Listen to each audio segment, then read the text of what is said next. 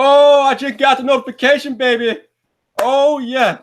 And as I tell you all the time, when I get that notification, it only means one thing, that we are live. This is a very, very special episode of VypDrive with a very special guest. So let me stop wasting time and get into the intro, and we will move out. VypDrive, episode 22, start now. What's up, people? This your boy Viper, the man about tech, and welcome to another episode of VypDrive. This is the podcast about tech hosted by the man about tech, and today I am joined by a very special guest, the man that's at the pinnacle of tech YouTube itself, one of the OGs of tech YouTube. That's right, Marques Brownlee, MKBHD himself is with me today on VypDrive. How you doing, man? What is good? I feel like I can never match that energy, but I'm happy to be here. Man, I am happy to have you, man. Now, we just talked back in January when you came on my live stream, so it feels like it hasn't been that long, but a lot has happened in the tech space since the last time we talked. True, super true. But first thing, before I go anywhere with you, first thing I gotta ask Marques, how are you liking the Sony, baby? How you liking the Sony? Oh, I love them. I gotta give you a shout out for putting them on the radar in the first place.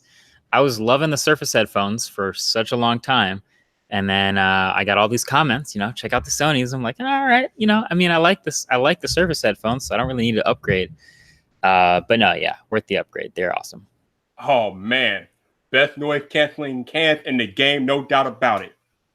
So you kind of threw me a curveball earlier today, because on your Twitter you tweeted out this picture, and the caption said MKBHD Studio 2020, and the damn thing looks like a football field. So, care to elaborate on that? Oh man, yeah. So, yeah, I mean that's about. I don't want to give like too much, but essentially we're working on a new space for 2020, and I only say 2020 because construction, as you know, can fluctuate. It can be done in December of this year, or it can be done in April or whatever. So I would say 2020. But a new space that sort of consolidates the strange setup that you don't really see too much behind the scenes of here, but that we're kind of growing out of. So big plans for the next couple of years. I was actually thinking about this recently. I moved into this space, which is, it's a pretty big space to just, be making videos. But I moved in this space 3 years ago. Mm-hmm. And when I was first moving in, I was thinking like, oh, this is an appropriate, like massive amount of space, because I was one of the first tenants in this building and there were other smaller spaces. And I was thinking like, oh, this smaller space might be a better idea, but maybe I'll go a little bigger so I can, have room to grow. And I've shown a couple other people this, including Sam Sheffer, who did a studio tour, but we have this space now, and then down the hall, we have two more spaces that are each half the size of this one next to each other. So we have about twice this amount of space in the 3 years since I first moved in here from like basically my college dorm. So at that rate of expansion, the picture that you saw, like it looks like a football field or whatever you want to call it, like it looks huge, but I'm forecasting based on some plans that it will definitely be worth having that space for the next couple of years. So the space that I'm looking at right now is pretty large, and you just actually said that you're growing out of it, and you have two extra spaces on top of that. So you just told me that you're growing out of 3 different studio spaces, and you're growing out of it. Wow. Yeah. I mean, and you wouldn't think that just because, like, if you just watch the videos, you just see a couple angles and a couple different things. But we shoot in here all the time. We shoot up on the roof, and we shoot in the hallway on the roof. We shoot outside. We shoot in this space. We shoot down the hall in the other two where there's the gray wall. We have the space for the robot. We have the top-down set. We have space to store the equipment for all this stuff. We have a whole section for props. And we have, if I turn the camera over here, we have all this stuff over here, the TV, the gaming section, the lounge, all this cabinetry for holding drone stuff. Like there's so much that just has to have space. So obviously, we're using every square inch of it, basically. Wow, that is amazing that you are expanding that quickly. But I guess I shouldn't be that surprised. You've been doing YouTube for 10 years. You're at the top of the game, but I'm curious. When did you first realize that you had something special on your hands with your YouTube channel? That's one of those like magazine questions. Like, when did you know that it was a thing? I don't know if I have a certain thing to point to. I guess I've always enjoyed it. So I don't know if it ever shifted from being like something boring to something special. But I think it was when I was graduating college that I knew it was definitely what I could do full time. So that's what I have been doing. Okay, I guess the better question would be, when did you start getting a lot of eyes on your YouTube channel? Like, when did the channel first start blowing up for you? Compared to what it was a long time ago. I mean, so if I started in 2009, I think by the end of 2010, there was a couple thousand subscribers. And in that time, that's blowing up. Like that's pretty crazy for a pretty niche. It's a tech channel on YouTube. So it's not this huge thing yet. So I think pretty early we found our legs, and this community was super, super awesome. So it was kind of a no-brainer. Yeah, man, the things that you've accomplished over the past 10 years have been nothing short of amazing. No doubt about it. Whew. So, Marques, I recently made a life change, man. For the first time ever in my life, Marques, I am now the owner of a OnePlus device. Yeah. Okay. First one ever, the OnePlus 7 Pro. Now, I mostly use iPhone. I call myself the captain of Team Apple, but I also use the Samsung Galaxy devices. But this is my first ever OnePlus device, Marques, and oh my God, I had no idea, man. I kind of got at you the last time we talked because you marked the OnePlus 6T as your smartphone of the year. Yep. But if it's anything like this, I have a better understanding of now why you chose that phone last year. You have to use it to understand like the tangible, the smoothness, the fastness. Yeah. Woo! It's a big deal. It's night and day, dude. Like, in some ways, this phone is a lot faster than the Galaxy S10 Plus I had. It's just, this phone has blown me away. Now, it might not really be that big of a deal to people that own OnePlus devices in the past, but this being my first OnePlus device, I am floored, man. And the please don't hurt me feature with the pop-up camera when you drop it and it just retracts. Yeah. Oh my God, it's bananas, man. It's bananas. Smart. Yeah. No, that's phone of the year so far, isn't it? It almost has to be at the price point and with the features that it's bringing. I mean, the S10 is nice, but I don't know, man. I don't know if it's messing with the 7 Plus Pro or the 7 Pro right now. This is it. Yeah, there's just too much going for it. On top of 90 hertz is killing it. Yes, and this is your daily driver currently, right? I think. Yeah. So I mean, I carry two phones, but yeah, OnePlus 7 Pro. I do too, absolutely, man. No doubt. So, actually, you know what? Let me go to VypDrive tomorrow for this next question because this is a serious one. Okay. So, MKBHD, serious hardcore question for you. All right. Will the Galaxy Fold ever return? Yes. I believe. I mean, I don't have any inside knowledge, but like, if you're Samsung and you look at the one other competitor who was going to make a folding phone in the last 3 months we've seen them, it's Huawei, and we saw what happened to Huawei. So compared to the problems that Huawei's had over the past couple weeks or months, I think Samsung can be pretty confident that if they just fix up the Galaxy Fold, they know it's not going to sell millions, but if they can fix up the Galaxy Fold, have that screen protector go all the way to the edges instead of just short of the edges, a whole bunch of other things like that, I think it'll be good to go. It's not going to be a mass seller, but it's good to go. Yeah, I guess the next question would be, do you think that it missed its window because they built up the hype, then they had the issues right before launch, and now they're trying to relaunch it, but they still haven't gave us a date. So do you believe or do you think that it might have missed its window? Yeah, it missed the window, but so did everyone else. So I feel like if you're still just trying to be the first folding phone on the market, you still got time to hit that window. And I don't even, I know Samsung really wants to be first, but I don't really care if you're first. If you're the second one on the market, but you're better, like just do that. Just be the better one. So I'm waiting for the Galaxy Fold to come out. Of course, the other folding phone is a completely backwards version of the Fold, so it's totally different. So if you just want to be the first like book folding phone or whatever, that's cool too. I just hope I hope they actually take the time to fix what was wrong, and then I'm ready for it. I kind of miss it. Yeah, I've heard that from other people that say they miss their Galaxy Fold. It's I don't know. It seems to be a lot of like difference of opinion about the Fold in the tech community. Mhm. There are some people saying that people are rooting for the Fold to fail. I mean, me and you talked before about how I don't really feel like foldable phones are practical, but the technology was exciting and the technology of the Fold looked good. It's just that the hardware execution was very flawed at best. Yeah, you know what's funny? I feel like two things from that. One, there's this whole like almost like a genre. Like tech YouTube blew up, and now inside of tech YouTube, there's different types of ways to talk about tech, and it's become very popular to just take the negative angle on everything that comes out. OnePlus 7 Pro, bad phone, don't buy it. Galaxy Fold, bad phone, it's broken, don't buy it. Like every new piece of tech that comes out, be negative about it.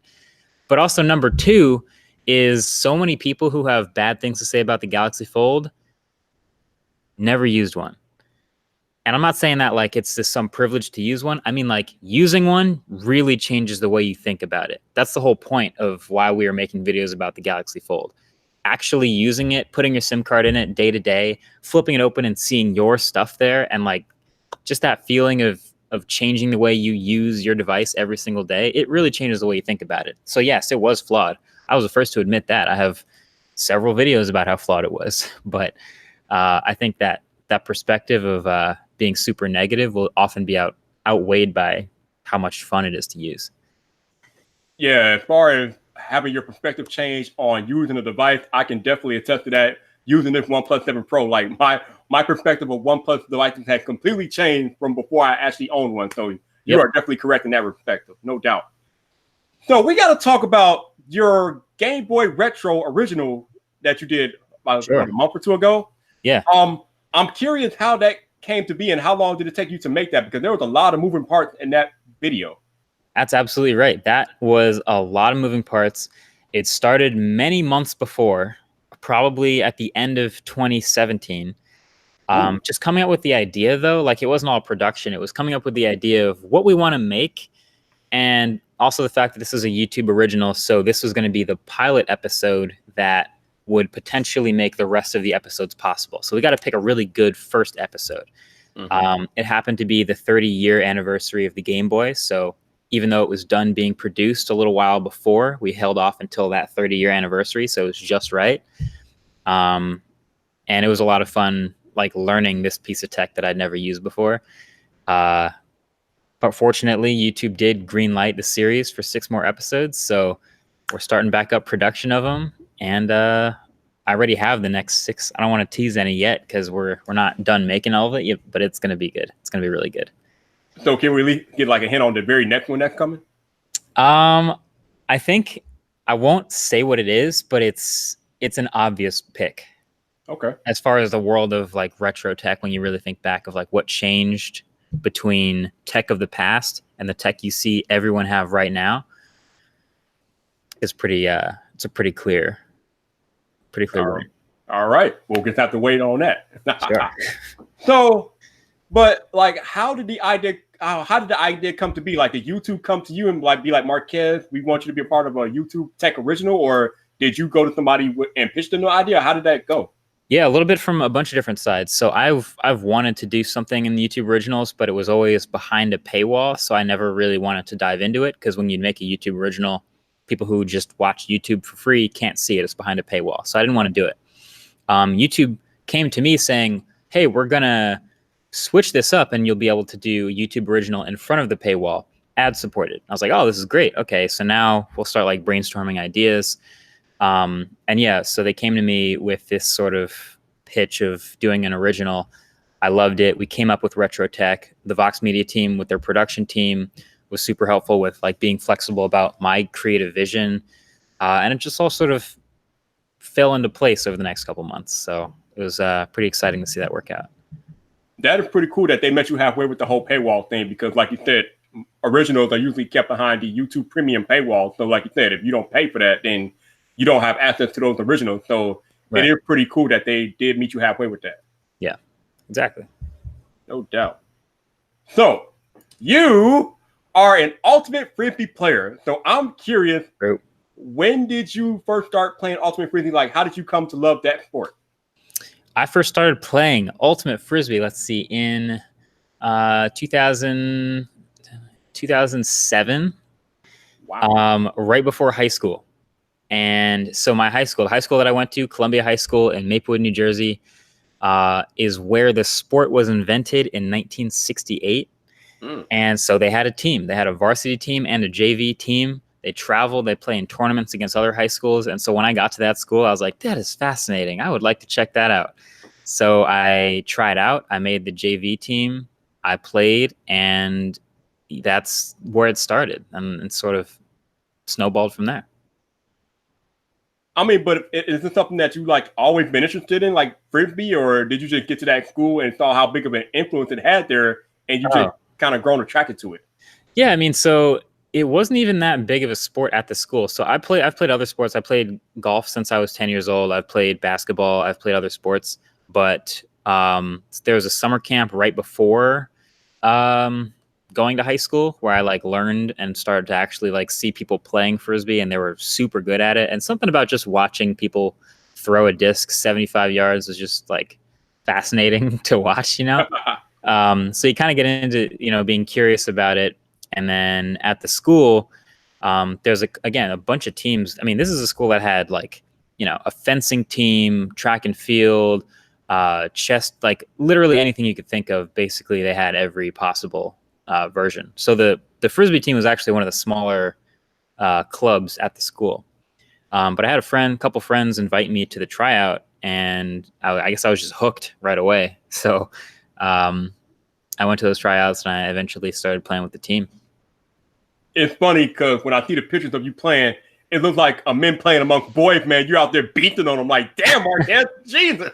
Yeah, no, I mean, you share the highlights because they're fun to watch, but like this, the sport has grown a lot in the last couple of years. We didn't have a pro league up until like 2013. So it was just, it was schools basically, and then clubs, kind of the way soccer is. You have different area clubs. So I play for the New Jersey club team. And then this professional league came out of nowhere, and they started up, and it was like, oh wow, we can be professional frisbee players. Okay, that sounds cool. Let's do that. And so it's sort of been built from the ground up. So this is year 6 of the AUDL even existing, and it's way far ahead from where it was in 2013. Yeah, it's just like I said, it's just so funny, like seeing the highlights, seeing you jump over cats like you're Randy Moss, seeing you throw a frisbee like 75 yards down. I feel like, my God, what the hell? So yeah. Here's an interesting question for you. Do any of your ultimate frisbee teammates know who you are? Yeah, it's kind of unavoidable at this point. I think before I could kind of like separate those worlds, but I think now it's like, yeah, like it's my job, so like you can't really hide it or anything. And following up with that, how often are you recognized in public? More than I used to be. It's like when I'm in like public places, like I went to New York City last week, and yeah, like just once in a while someone on the sidewalk would just be like, hey dude, I like your videos. Like I was waiting for an Uber, just like standing on the sidewalk. Actually, so I took a picture of that billboard that I was like, my face was on this billboard right near Times Square. So I was like, I took a picture of it, and then I'm waiting for my Uber like right there with a giant 70-foot picture of me on the side of a building. Some dude comes up to me, is just like, yo dude, good looks, man. I like your videos. So it happens sometimes. Yeah. That is pretty cool. I mean, that has to be like a surreal feeling, like starting out doing tech videos in your bedroom to where you are now, getting recognized in public, being on billboards, things like that. I mean, that has to be like a surreal experience for you. It's definitely, yeah, I think surreal is the word. Like this isn't what I was making videos for. Like my favorite part of it is the fact that I get to like sit down and edit and like make something and then share it. So it's a cool bonus that people, it's weird because like you say like in the real world, like as if people don't leave their houses, but like most people watching tech videos, they're not like, I'm not going to see them all the time, like out in the streets. So it is kind of funny to actually see people. Right. I always talk about this. Like, there's being present online with social media and things like that, and then there's leaving your house to the real world. Like, you can pretty much be whatever you want to be on social media, but once you leave your house, you are usually something completely different. Like, people don't know about your social online presence, so it's almost like two different realities. And I think sometimes people kind of like interchange the two and think that one is reality when it's not. It's a very like interesting dynamic going on with social media today, no doubt. And you know what's funny? So every year YouTube has this event called the Creator Summit where they take 100 creators from North America, and we're all in this hotel and we have these meetings and these talks with the leadership of YouTube. And so every year it's at this hotel somewhere in Brooklyn, and they tell us, don't disclose the location of the hotel because, don't put it on social media. Your fans will come here and like make it difficult to have these conversations. Right. So every year, we have these meetings and you're supposed to not say where we are, but somebody always does. And inevitably, like by the end of the day, you walk out to the front door of the hotel and there's like 150 screaming little girls just like, oh my God, Lele Pons, like, oh, I've been waiting for all these people. I waited all day for you. And the last year, like, I had an Uber to go back home from that at the end of the day. And I literally just like walked out and just walked right through the swarm of little girls and right into my car. And none of them even knew who I was. It was great. Marques, like, excuse me, you're not here for me. Let me pass. I'm just another person walking out of this hotel. You have no idea. It was great. You do not know who I am. Step aside. That is hilarious. So the demographic difference is definitely like zero overlap there. Oh, hey, like I said, for your being able to be out in public and move about as you will, I'm pretty sure it's pretty good for you not having all those screaming little girls coming out the market. Yeah, I can't imagine like literally those people, like when they go outside, like people just follow them around, like literally fangirling over, like just follow them around screaming. Like I can't imagine that life. That's crazy. Yeah, it's something else. It's definitely something else. So this might seem like kind of crazy given how busy you are, but I'm gonna ask because there has to be some downtime. So when you're not shooting, editing, or doing anything YouTube related, what are you doing? Oh, and you're not playing Ultimate Frisbee, obviously. Oh, yeah, I'm sleeping. That's it. That's literally it. I was going to say, like, okay, shooting, editing, or doing anything YouTube related, that's like during the day of every weekday. And then... Your iPhone is not available. And its software is up to date. Cool, Siri. Cool. And then we have practice at nights. So, Wednesdays, Thursdays, sometimes Tuesdays, we have Ultimate Frisbee at night. And then on weekends is Frisbee. So if I'm not doing one of those two things, I'm probably either playing 2K or sleeping. Speaking of 2K, now that your beloved Rockets are out, are you still watching the finals or the playoffs? Yeah, I gotta be. So I got a lot of friends in Toronto. So Toronto going to the finals is pretty exciting. Ooh, that's right. And then of course Golden State eliminated my Rockets. So I don't know who to root for. You want to root for whoever beat you so you can say you lost to the champs. Right. But like Toronto would be thrilling if they stop the three-peat and Kawhi's playing like a monster. So I don't know. I could go either way. I'm about to say, man, if you root for anybody other than Toronto, you might be getting some type of phone call from Lily Singh. You might want to be careful with that. Yeah, you're right. I'll stay with the North on this one. I feel like that's right. Marques the North right now. Yeah, I'll go with that. Good answer. Oh man. So I think I saw you tweet something about this a while ago, but I don't know. Do you watch or did you watch Game of Thrones? Nah. I've managed to avoid all the spoilers by literally never watching that show ever. So you can spoil whatever you want. I'm fine. I haven't seen it. I mean, do you plan on watching it at some point, or are you just like I'm passing on that? No, I just don't watch. I just don't watch that much TV. I like you said, I don't have a lot of time. So as far as like TV that I watch, it's just like live sports, and then the day's over. Like I don't have extra time to go watch Game of Thrones. So I'm sure it's great. Like there's a lot of great stuff on Netflix and HBO that I'm sure is fantastic, but that I haven't had time to watch yet. Okay, I got people in the chat telling me not to spoil it, so I'm not gonna spoil it for y'all. Right. No worries. But all I would say is that Yeah, I mean, the way it ends up, yeah, you're not missing much. I thought I'll say. Fair. All right, I just had a question. Oh, besides basketball, do you watch any other sport? I think I just watch golf and I watch frisbee actually now since the pro leagues actually broadcast games. A little bit of scouting, so I get to watch other teams in our conference play. I played golf for so long, but like golf is not really good to watch if Tiger's not playing. You know what I mean? I don't know how much you've watched golf, but like when Tiger won the Masters this year, I was glued to my phone watching that. And then Tiger missed the cut at the PGA, and Brooks had like a 7-shot lead, and I just didn't watch the last 2 days. I was just like, it's over. That's it. So I mean, I don't watch a ton of golf anymore, but yeah, I definitely watch a lot of basketball. I mean, but as crazy as that sounds, that's golf for a lot of people today. If Tiger's not competing or contending, nobody really watching. It's true. What he's done for golf, he is truly the GOAT. Even if you don't think he's the best golfer of all time, he is the reason probably 10 million kids play golf today. So, Absolutely. So I'm going to take it to the chat here and see if we got some questions in the chat. I think we got one from Jackson Hayes. All right, chat. He said, question for Marques. Any advice for a cinematographer, YouTuber going to college? I just made the decision to attend. Yeah. I think I saw he's going to film school, if I'm not mistaken, which is like that's pretty smart. So I went to college for business. So I guess I can only speak to my experience, which was going to college for business and also doing filmmaking or YouTube on the side, which was fine. You know, I split my time.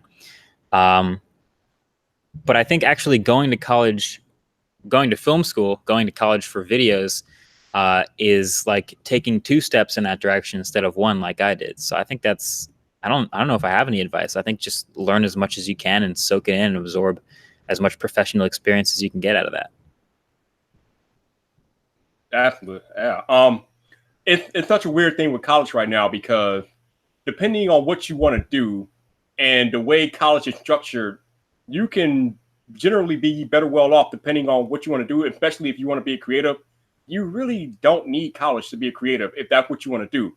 Yeah. Now, obviously, if you want to be something like a doctor or a lawyer or something like that, then college will be your best route because you need those essential skills and that schooling to do those type of jobs. But yeah, in order to be a creative and to be the best creative possible, it's really just better to get out here and get experience and just go create something and learn as you go.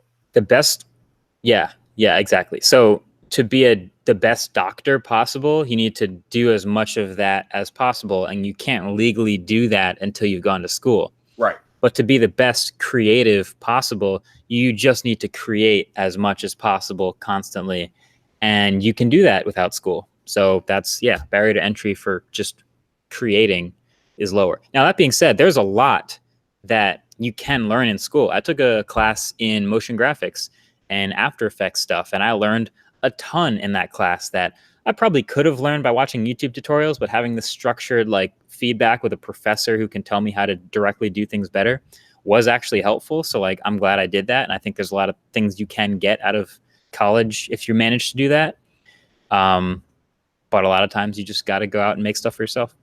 Oh no, absolutely. Like I went to college and graduated myself, and I wouldn't change anything for the world. Like college was some of the best years of my life. I wouldn't take it back, even though I'm not really doing what my college degree is for. But I mean, those were like 4 or 5 of the best years of my life, and I learned a lot of critical skills in college, so I don't regret it at all. But the climate has changed, and the market has changed so much that what you need isn't what we needed like 10 or 15 years ago. So you have to adapt to what's happening right now. Yeah, it's really hard to know what you want to do when you graduate because that might not be what you want to do in 4 years. So yes. You got to be forward thinking. No doubt. So Roberto is asking, can you and him hook up for a game of Ultimate next time he's in town? Yeah. Well, I mean, you kind of need a lot of people, but yeah, you can play, or you can just toss. You can just have a Frisbee and just toss. You know, Roberto knows quite a few people. I think he could gather up a few people to play some Frisbee. I got faith in Roberto. There's a good amount of athletes in the creator community. I can see it happening. Oh, absolutely. No doubt. Yeah. Hey, there was a video done on the 4th of May 4th, the Star Wars Day. It had like Distance Tech Today, who happened to be in the chat. It had Alex Gasway. Did you happen to see that video, the Star Wars video? I don't think so, no. Okay, a bunch of creators got together, I think, out on the West Coast, and they did like this special Star Wars themed video where they had like the special effects with their like cameras turning into lightsabers and stuff. It was cool, man. I'll DM you the channel that is on when we're done here. My friend, her name is Alex Gasaway, but there's a bunch of different creators in that video. Video was awesome. You should check that out. Word. Okay. Interesting. No doubt. Yeah, they did a bunch of different things. That was pretty cool. So 504 is asking, Marques, what is your least favorite piece of tech ever? Ever? What? I gotta just garbage. I gotta ruin something right now. What's my least favorite?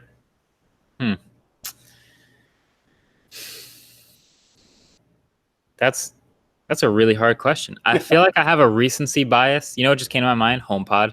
Like I have a bunch of I have a recency bias of like things that have come out in the last year or two that were bad, but are they my least favorite piece of tech ever? Not really. All right, I need you to repeat what you just said for the people way in the back of our camp. Repeat it again. That HomePod though. Oh my God! Wow! Sweet Jesus! It could have been so much better. I mean, it should have been so much better. Oh my Lord! Oh man! Oh. Woo! I brought out the feels right there for the HomePod. Oh yes. Oh, I hate that thing. Oh man. Now y'all know how much I hate the HomePod, and I am the captain of Team Apple, and I hate that damn thing. But that's neither here nor there. All right, let's see. We got more questions. Savant Technology says, question for MKBHD. What are your points for composing a YouTube review video to attract the audiences? Okay, so there's really only one, and it's arrive at a conclusion. Ooh. So a review, like usually the conclusion of a review is like, should you buy it or not? That's the obvious one. Mm-hmm. But having some common thread to be thinking about through the entire video that you land on an answer at the end of the video, that's what's key for an effective review. And it's not always easy because not everything is just all good or all bad. It would be so easy if you could just be like, all right, everything about the OnePlus 7 Pro is amazing. You should get it. Everything about this other phone here is bad, so you should not get it. You should get the OnePlus. That'd be so easy. But everything has like its pros and cons.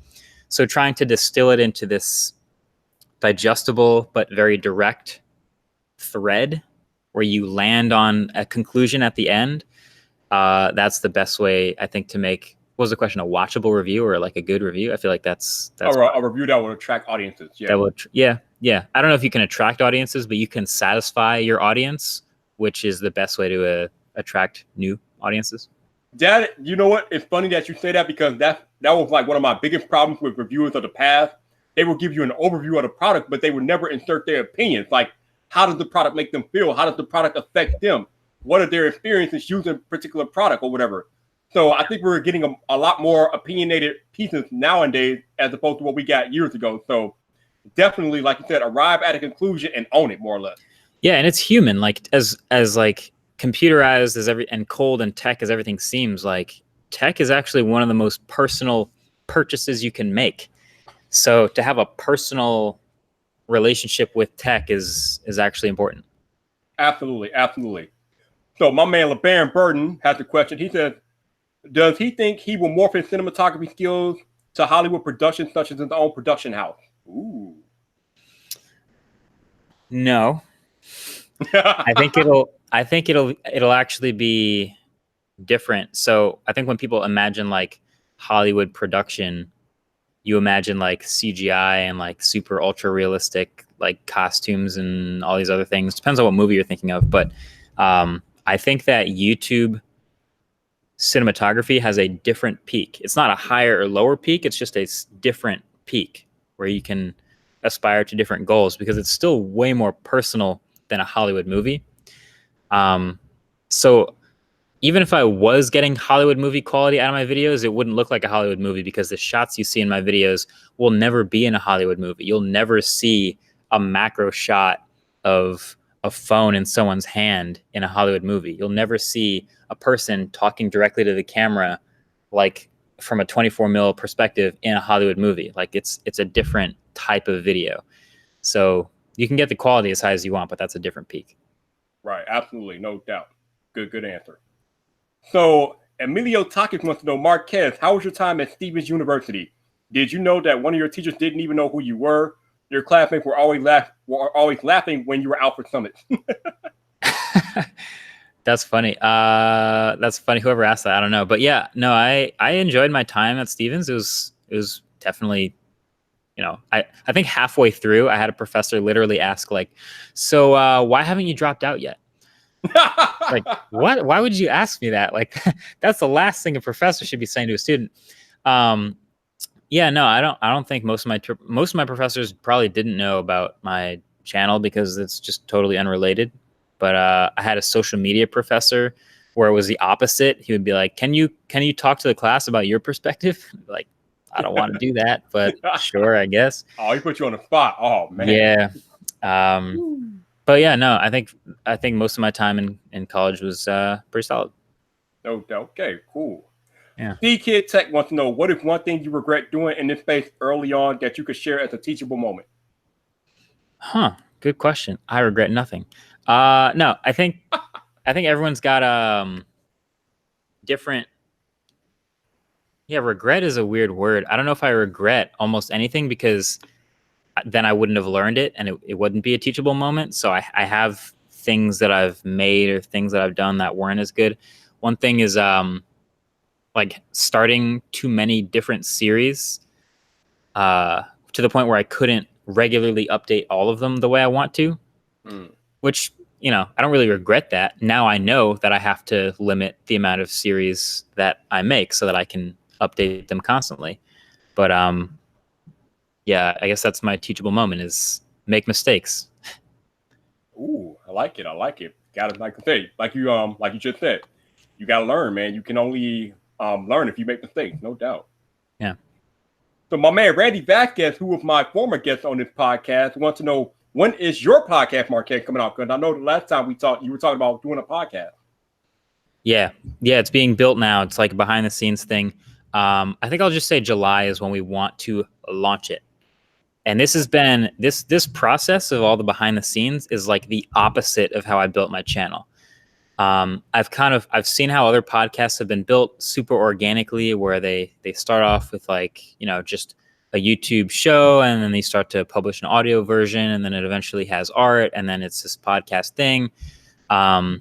This one is being built behind the scenes to launch as a full-fledged, like heavy hitting show, like right off the bat, new medium, new format, guests, format, like everything is going to be like tip top right from the start. So that's why it's taking forever. And there's a whole bunch of other cogs spinning in the background. So I don't want to put too much pressure on it, but July. Okay. There we go. We'll be looking for that in July. Yeah. So Gabe Altier wants to know, Marques, at this point, do you feel like people follow you for you or your niche content like cars or smartphones? I think it's got to be, at this point, a little bit of both. Yep. I can, if I just look at it purely analytically, like if I was a robot looking at the channel, it's got to be the tech, because every time I upload a video about a popular piece of tech, a bunch of people watch it, a bunch of people come to the channel. Clearly the tech is attractive to people, and when new tech comes out, there's a surge. And it's not only a surge to my channel, it's a surge to every channel that's talking about that new exciting piece of tech. So it's clearly the tech is attractive to people. But I guess since I've been in the game for so long, there's also an element of consistency to it, where you like the style of it, or the shtick of the super high quality, or the 8K, or the scenery, or whatever else is there to it. There's a little something in there for everyone. But at the end of the day, I think it comes down to just, if you're into tech, these are videos for people into tech. Yo, no doubt, because like you said, the tech is what attracts people, but your personality is what makes them stay. So it's definitely a combination of both. Yeah, I'll take that. So Michael West wants to know, what phones are you looking forward to coming this year?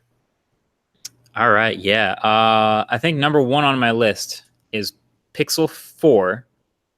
That's going to be an interesting one, because I already know I need that camera to be like continuing to lead that charge, right? But behind every Pixel for the last 3 years is a questionable rest of the hardware. So yeah, I think Note 10 will be another one. There's rumors of a Note 10 Pro, and I don't even know what the word pro means anymore. I don't think there's any consistency to that word. What is pro? What is Powerbeats Pro? What does that mean? Am I a pro for listening to music?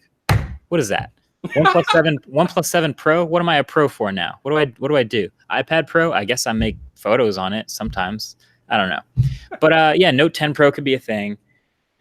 And then I guess we're looking for OnePlus 7T Pro. Yep. Is that what it's called? I don't even know anymore. We don't know, but probably a good chance that's what it will be called. Yeah. And then of course, in September you get iPhone 11, which will be obviously very exciting because we're probably finally going to see a bit of a design change. Yeah, there's a bunch of good stuff coming out. Yeah, if you like a monstrosity of a camera module on the black thing, yeah, absolutely. Yep. It's going to be a thing this year.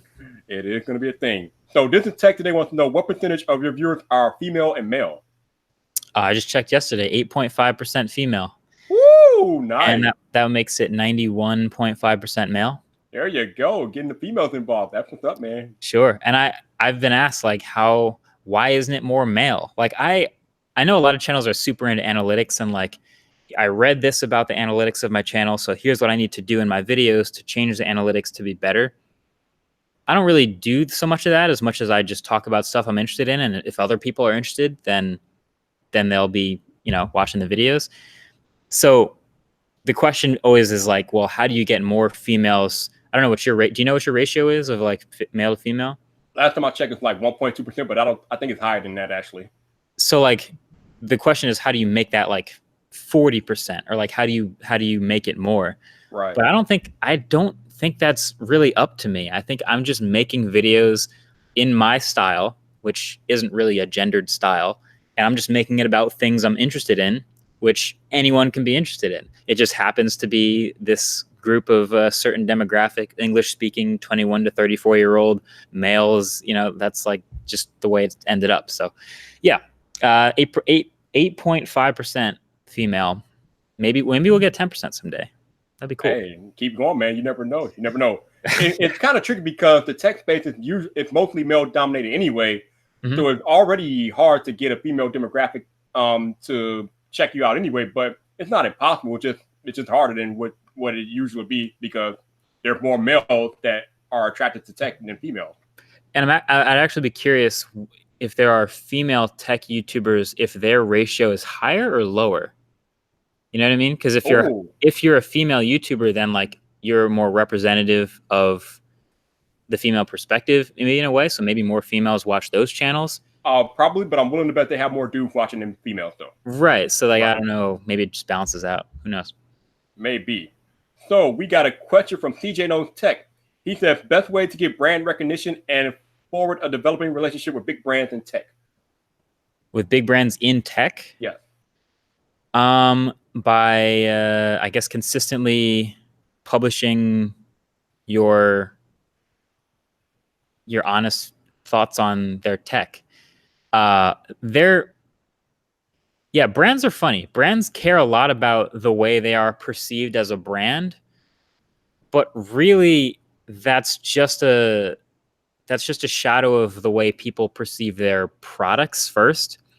Usually, like sometimes it's separated when a brand does something dumb with, even though they have great products, that's like a kind of a weird situation. But like, let's say a brand, company X, comes out with this product and it's great, but it has this one glaring flaw. So you want to create this piece about the product. You better point out that glaring flaw and also share all the stuff that you like about it. And that will reflect back on how people think about that brand. And then when that brand sees it, then they understand that the product has to be better to make their brand look better. I guess it's a long way of saying be honest in your videos about the tech. Yeah. So my man Zach talk tech with the hard-hitting questions. Marques, is a hot dog a sandwich?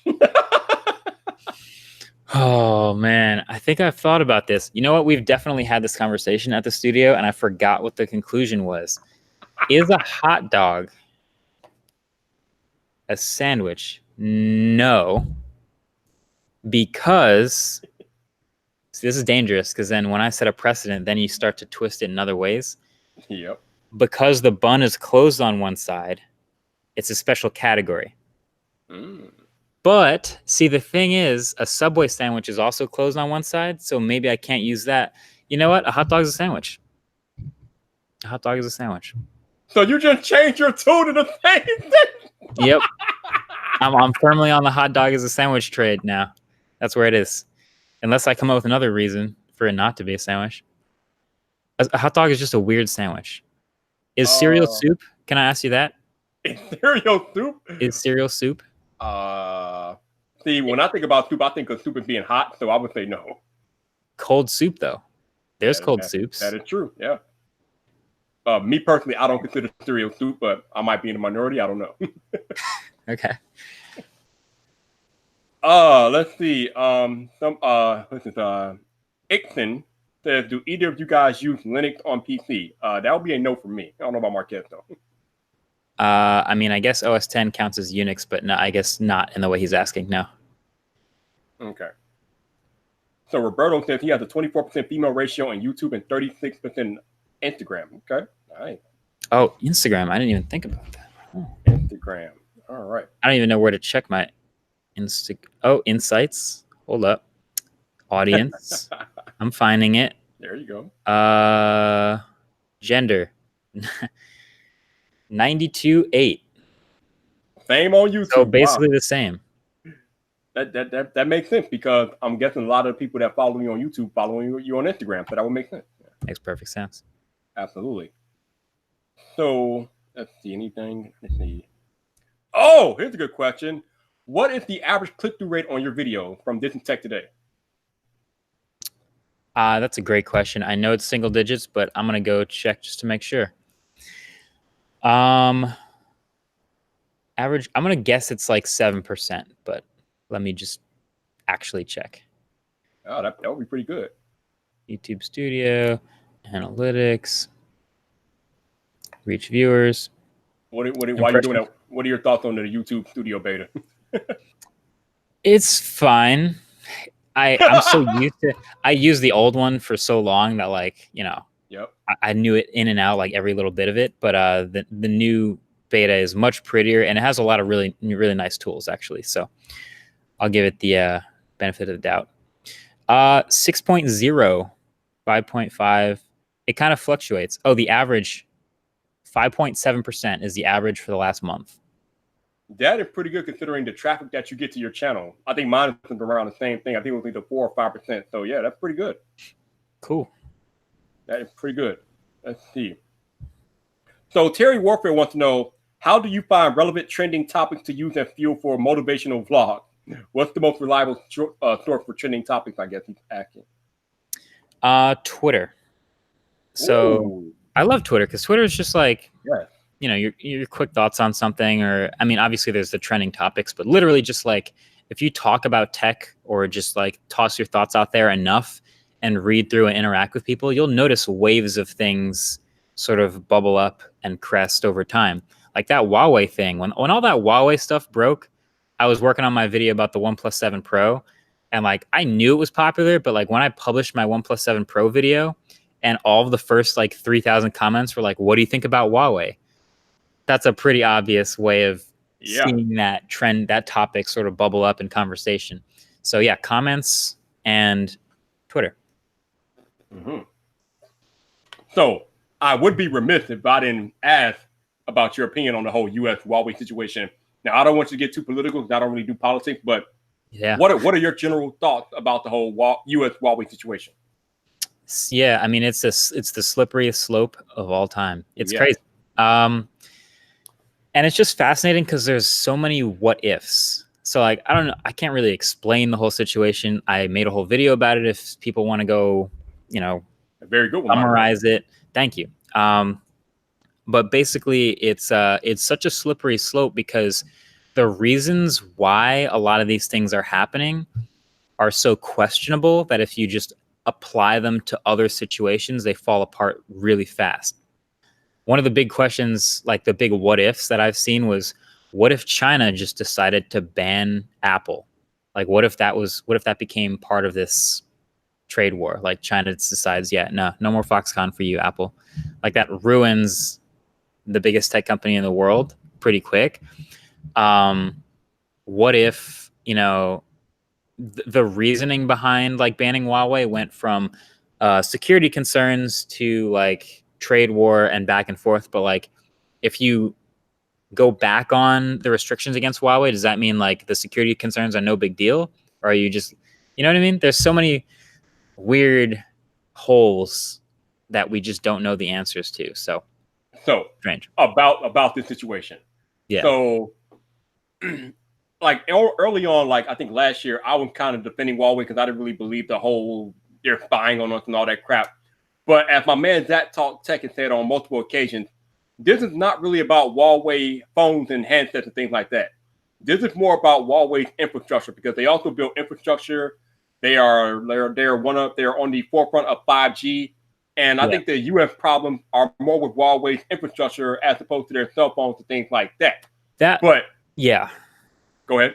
No, yeah, I was gonna say that's one thing I wished I talked about a little more in my video is because people were asking, well, what about OnePlus? What about Xiaomi? What about all these other phone companies? It's not about the phones. Like this was targeted at Huawei's 5G infrastructure, their networking equipment, and because it took such a hit on the entire company, the handset business also happens to be affected. So this isn't like going to also be a OnePlus thing.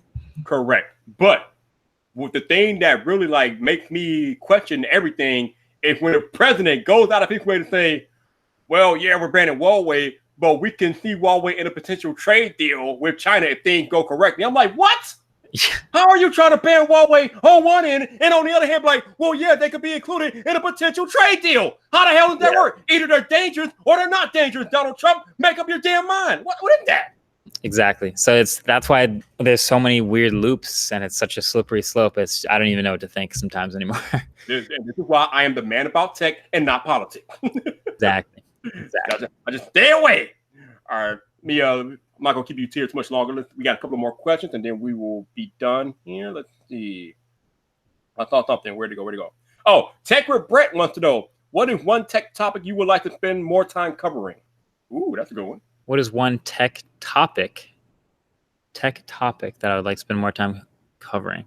I mean, topic is weird. I think product category is something I've thought more about lately. Because obviously, if you look back at my videos, it's like smartphone, TV, smartphone, headphones, smartphone, this, that. Like smartphones are like the number one leading category by far. Electric cars being like maybe a distant second. So I think I just want to talk about more just product categories in general. But I also think current events and news as a tech topic is just fascinating. Like trying to break down. That was one of the more challenging videos, like making that Huawei video and trying to summarize a whole ton of recent information in a digestible, understandable, progressed way that's just like a 7-minute thing. It was its own challenge to make in a different way than like the reviews might be. So that was kind of fun. But I think in general, I'm just looking to make more product categories a thing. Mm. Yeah, because I don't think you've done too much in the smart home field, have you? Right. Yeah. No, I've only done some of the major ones, like obviously the HomePod and the Google Home and this little Google Home Mini, or I guess it's the Nest Hub now. But I have some other home tech stuff. I have a Nest thermostat at home I haven't even talked about, so I haven't done as much home tech stuff yet. You know what? That's funny because I have a Nest thermostat too, and I want to make a video about it. I just haven't got around to it like you, but we should definitely make a video about this Nest thermostat because oh my god, it's amazing. Yeah, it's awesome. I love mine. Yes, like I'm at work and I could just turn the heat on before I drive home. Oh man, beautiful. Yeah, connect all the things.